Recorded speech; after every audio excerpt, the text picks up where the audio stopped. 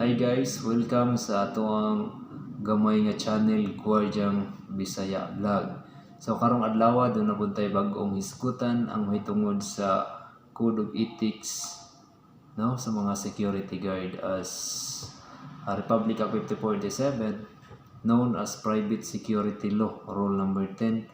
So mao kini ang nakabutang didto nga sa ato ang profession bilang mga security guard no, kinahanglan natong i-familiarize o unsay nakasuwat dito sa Republic Act 5487. So ato dayon kining sugdan no. Number 1, a security agent or security guard, his fundamental duty is to serve the interest or mission if his agency in the compliance with a contract entered into with clients or customers of the agency. So atong hinumduman nga kita nga mga security guard sa agency gi-hire sa kumpanya aron bantayan ang ilahang property ug ang kinabuhi diha sa establishmento. O kabahin sa atong trabaho ang pagpatuman sa kahapsay ug kalinaw diha sa ato ang nasakupan. Number 2, he shall be honest in thoughts and deeds both in his personal and official actuation, obeying the laws of the land and the regulations prescribed by his agency and those established by the company he is supposed to protect. So, kinahanglan gano'n natong mga gwardya maging honest sa atong pag-istorya, sa atong pangisip, o sa ato ang mga gipanghimo, obeying the laws of the land and regulation prescribed by his agency, no? O pagtuman o unsay mga regulasyon diha sa ato ang gibantayan. Number 3, he shall not reveal any confidential matter that is confided to him as security guard and such other matters imposed upon by him by the law. No, nakabutang dinhi sa pantulo nga ang security guard kuno dili i-reveal o dili pang istorya bisan kang kinsa nga mga confidential matter, no, o unsay atong nabatian, unsay atong nakit-an, no, diha ra kutob na sa ato ang trabaho, dili na mugawas kana siya nga bawal ang marites. Yan ang ato ang profession. Sunod banda sa military manner. So mao kadto ang pantulo. Ngani kita sa pang-upat, he shall act at all times with decorum and shall not permit personal feelings, prejudice, and undue friendship to influence his actuation in the performance of his official actuations. So nakabutang din dili nato i-permit ang ato ang personal feelings. Sama ni mga personal feelings, prejudice and undue friendship para makaapekto sa ato ang pagganap sa atong tungkulin diha sa ato ang gibantayan, no. Dili nato i-permit pareho niya ng let's say for example ang kliyente or mga employee na nagtrabaho diha, halimbawa imong mga igsuon or mga amigo na musud sa imong gibantayan nga halimbawa doon na sila yung mga doon na yung mga dokumento tanga pangitaon niya, wa sila atong ipasulod. So dili ka na maayo. O sa mga employee nga halimbawa na ay stricto nga palisiya ang kumpanya nga bawal ang late sa ilaha. Kanya ikaw nga security guard, kung imo na siyang amigo tungod dugay-dugay ka na din imo na siyang taga-agpabor, mas labi ang ilahang lagbukan, ang ilahang pag time in time out diha sa imuhang diha kanimo. So bali mawa na ka sa sakto nga pagpatupad diha sa imuhang gibantayan. So mao kini ang pang-upat.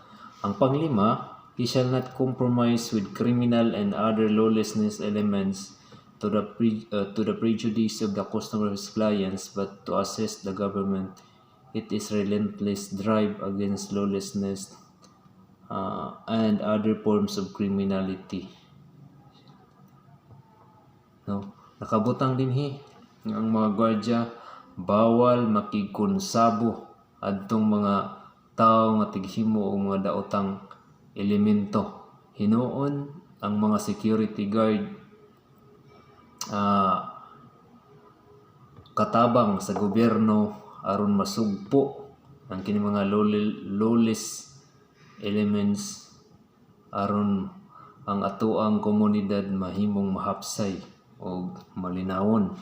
So nganhita sa pang-unom, he must carry his assigned duties as security guard or watchman as required by the laws to the best of his liability and to safeguard life, property of the establishment. So mao to no ato nang naingon dito sa number 1 nga ang security guard ang iyahang gibantayan yun ang kinabuhi o ang propriedad o ang kamtangan sa atoang kliyente.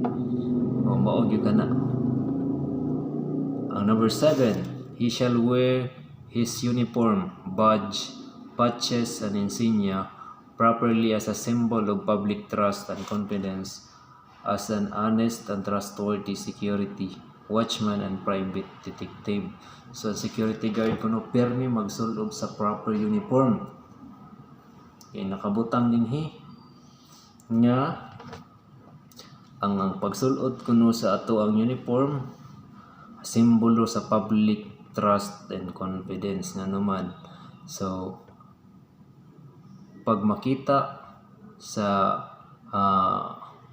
sa kliyente o sa mga tao nga mosulod diha nga maayo ang ato ang sulot ato uniforme, limpyo ang ato ang mga badge, ang ato ang insignia, atong badge, uban atong mga paraphernalia, uban na ang ato ang proper hygiene sa ato ang lawas, no, makasiguro sila nga ang kini nga gwardiya o kini nga mga gwardiya na training o safe ta diri kay tungod naa sila'y authority, no.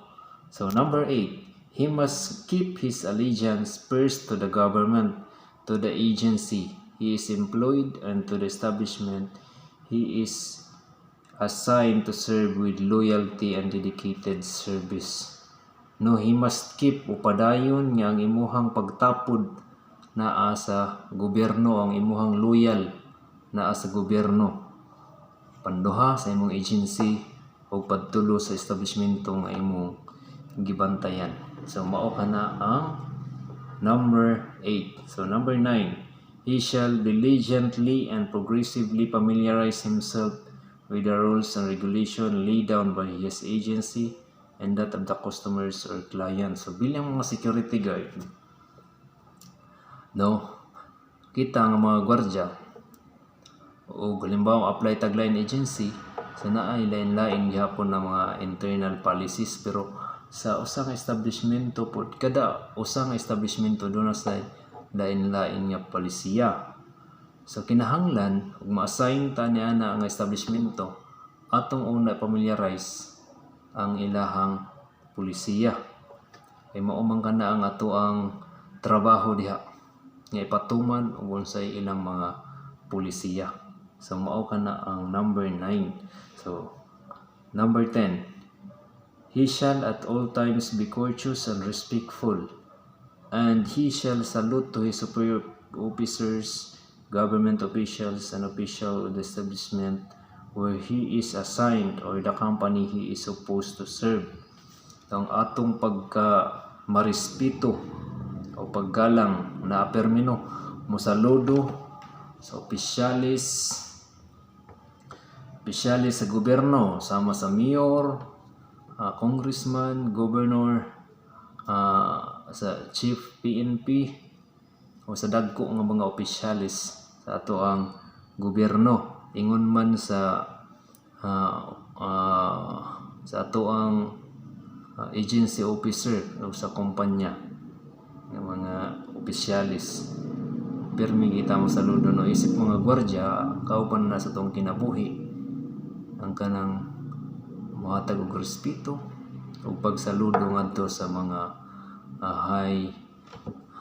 high ranking official sa ato ang gobyerno.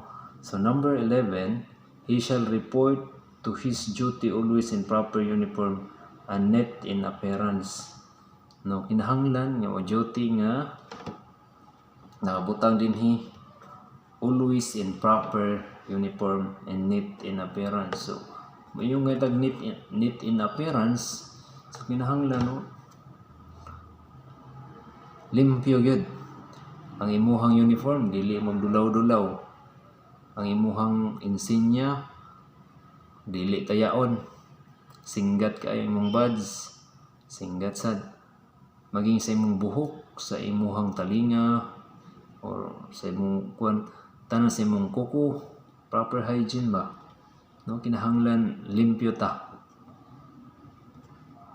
Number 12, he shall learn at heart or memorize the strictly observe the laws and regulation governing the use of firearms.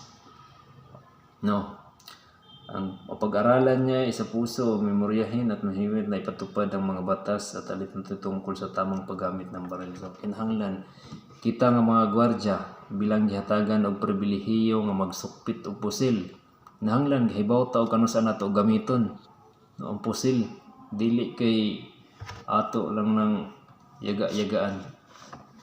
Ang pusil niya at gikuan sa ato gihatag nga pribilehiyo bilang mga security guard. So diha ra kutob hinaot nga doon na mo'y laing nahibawan. So hinaot nga namo sa maayong panglawas. Patrohon ako. Daghang salamat.